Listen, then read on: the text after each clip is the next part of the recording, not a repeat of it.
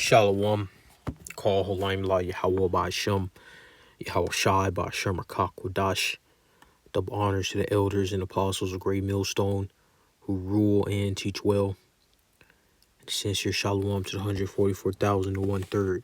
Now, this gentleman, Jim Rickards, okay, he's a lawyer and some type of banker.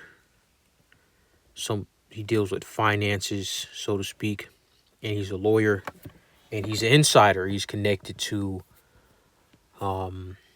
these international banks, these central banks, and he knows about the people that run the money, that run the system, and he has proven through facts, through evidence, through undeniable evidence, that the Edomites are collaborating with the entire world to bring in the MOTB system. So let's go into what he calls the ICE 9. Jim Rickards uses the term ICE 9 to describe a hypothetical scenario in which the global financial system freezes entirely. He warns that in a major crisis, central banks and governments will lock down all capital, preventing withdrawals, transfers, and asset sales, paralyzing the economy. Financial lockdown. A total systemic freeze of the global financial system, making it impossible to move money or sell assets. Preventive action. Rickards argues this is the final solution for central banks when they can no longer control the monetary system, designed to prevent a run on the bank scenario. And it was a leaked video footage of what is it called? I forget, but the people that are supposed to insure the banks of Babylon the Great, the U.S., I forget, the FDIC or something like that. It was leaked footage saying that there's going to be bank runs, the banks are going to collapse, how they're going to do to mitigate the risk for that. Okay, and that was 3 years ago. And we saw Silicon Valley and all these other banks collapse. I think just last month, another bank collapsed. Contagion. Like the fictional substance that freezes all water it touches, Rickards suggests that once one part of the global system locks up, the effect will quickly spread to all interconnected markets. Yeah, that's why they're trying to connect all these markets with the CBDCs. Okay? And then once they have this digital system in place, they can freeze it and then bring in the MOTB. Basis. The concept is a central theme in his warnings about potential systemic collapse and the risk within a modern, debt-heavy financial infrastructure. In summary, Rickards uses the metaphor to warn against the dangers of a total government-mandated and catastrophic freeze of global finance, which is going to happen. These devils are going to do something to destroy the economy while it's under this digital CBDC stablecoin regime. And then they're gonna bring in the CHIP, because these Edomites, these heathen, are absolutely diabolical.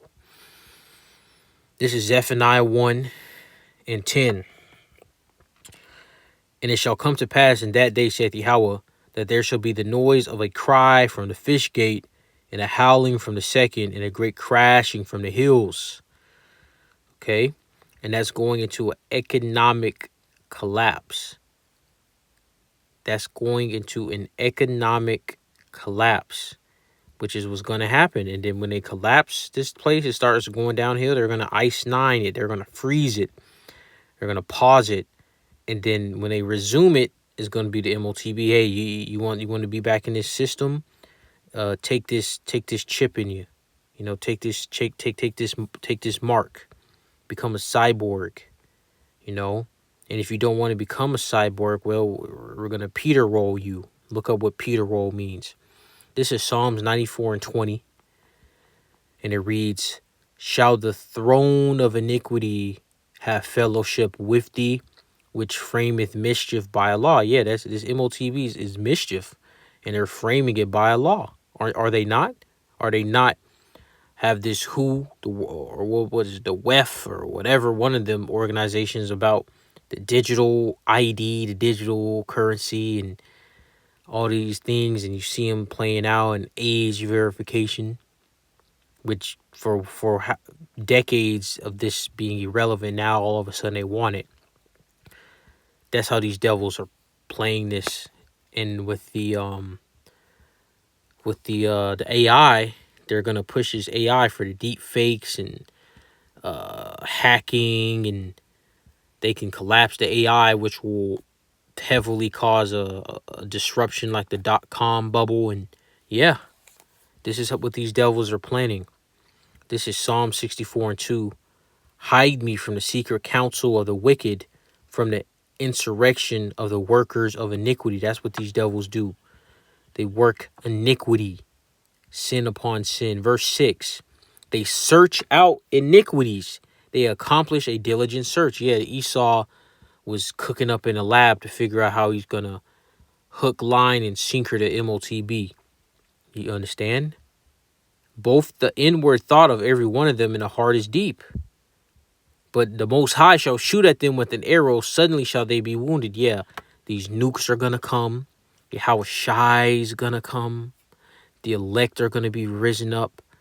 So these Edomites, these other nation, the kings, they're gonna lose. This is James 5:1, and it reads, "Go to now, ye rich men, weep and howl for your miseries that shall come upon you." So this is going into what primarily the Edomites, because they have the wealth, but it goes into these other kings and aristocrats of these heathens, these Ammonites, these Moabites, Ishmael, so on and so forth. Your riches are corrupted, and your garments are moth-eaten. Your gold and silver is cankered, and the rust of them shall be a witness against you, and shall eat your flesh as it were fire. You have heaped up treasures together for the last days. Yeah, you hear about all these bunkers being built. What do you think they put in them bunkers? They put in their AI systems, their robot defenses, their security teams, and they got a whole bunch of gold, whole bunch of silver.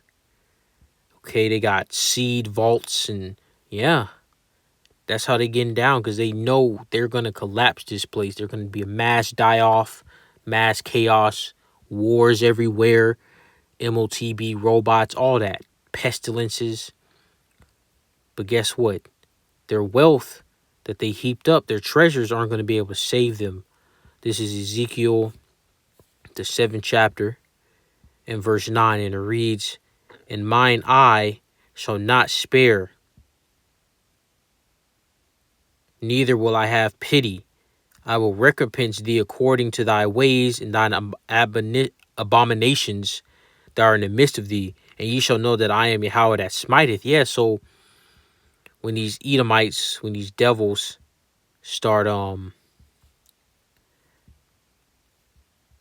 when these Edomites, these devils and all these nations, when they start getting plagued, when they start getting hit, when they start taking damage, they're gonna know that is Yahweh that's doing it. They're not gonna be like, "Oh, who is doing this to me?" No, they're gonna know it's from Yahweh. How are they gonna know?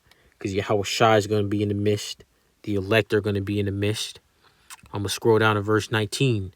"They shall cast their silver in the streets, and their gold shall be removed. Their silver and their gold shall not be able to deliver them in the day of the wrath of Yahweh. They shall not satisfy their souls, neither fill their bowels, because it is the stumbling block of their iniquity." There you go. You Edomites, you devils, you heathen.